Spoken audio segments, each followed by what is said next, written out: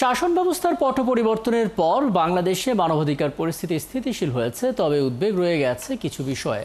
2024 সালে বাংলাদেশের পরিস্থিতি নিয়ে যুক্তরাষ্ট্রের পররাষ্ট্র দপ্তরের বার্ষিক প্রতিবেদনে এই তথ্যই উল্লেখ করা হয়েছে। মঙ্গলবার মার্কিন পররাষ্ট্র দপ্তরের ওয়েবসাইটে এই প্রতিবেদন প্রকাশ করা হয়। শারমিন শ্রাবণীর প্রতিবেদনে বিস্তারিত।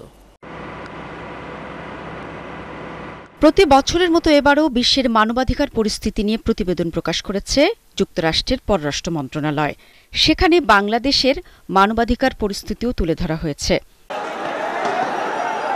এতে বলা হয়েছে, হাসিনা সরকার পতনের পর অন্তর্বর্তীকালীন সরকার মানবাধিকার লঙ্ঘনের অভিযোগে অভিযুক্ত সাবেক সরকারের সদস্যদের গ্রেফতার করেছে।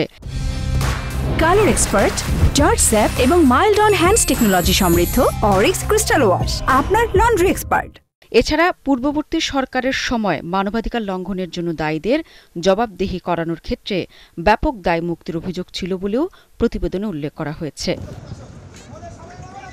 মানবাধিকার বিষয়ক যুক্তরাষ্ট্রের বার্ষিক এই প্রতিবেদনের সারসংক্ষেপে বলা হয়েছে, টানা কয়েক সপ্তাহের ব্যাপক ছাত্র আন্দোলন এবং পুলিশ ও আওয়ামী লীগের যুব সংগঠনের সাথে সংঘর্ষে শত শত মানুষ নিহত হওয়ার পর 5 আগস্ট সাবেক প্রধানমন্ত্রী শেখ হাসিনা দেশ ছেড়ে পালিয়ে যান। এরপর 8 আগস্ট ড. মোহাম্মদ ইউনূসকে প্রধান উপদেষ্টা করে অন্তর্বর্তীকালীন সরকার গঠন করেন রাষ্ট্রপতি। আগস্টে কিছু ঘটনা ঘটলেও দেশের মানবাধিকার পরিস্থিতি ধীরে ধীরে স্থিতিশীল হয়েছে, যদিও কিছু উদ্বেগ রয়ে গেছে।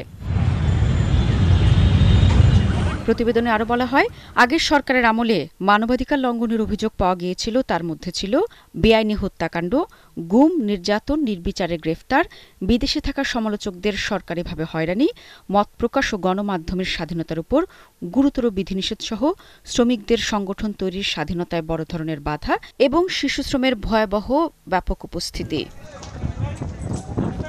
বিগত সরকারের আমলে মানবাধিকার লঙ্ঘনের জন্য ব্যাপকভাবে দায় মুক্তির অসংখ্য তথ্য পাওয়া গেছে বলে উল্লেখ করা হয় প্রতিবেদনে। এর জেরে মানবাধিকার লঙ্ঘনকারী কর্মকর্তা বা আইনশৃঙ্খলা রক্ষাকারী বাহিনীর সদস্যদের শনাক্ত করা ও শাস্তি দেওয়ার ক্ষেত্রে খুব কমই বিশ্বাসযোগ্য পদক্ষেপ নিতে দেখা গেছে। বিভিন্ন মানবাধিকার সংস্থা ও সংবাদ মাধ্যমের বিশ্বাসযোগ্য প্রতিবেদনে জুলাই ও আগস্টে সাবেক ক্ষমতাসীন আওয়ামী লীগের ছাত্র সংগঠন ছাত্রলীগের গুরুতর মানবাধিকার লঙ্ঘনের নানা ঘটনা নথিভুক্ত হয়েছে।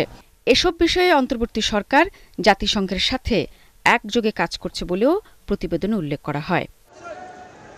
শারমিন শ্রাবণী, ৭১।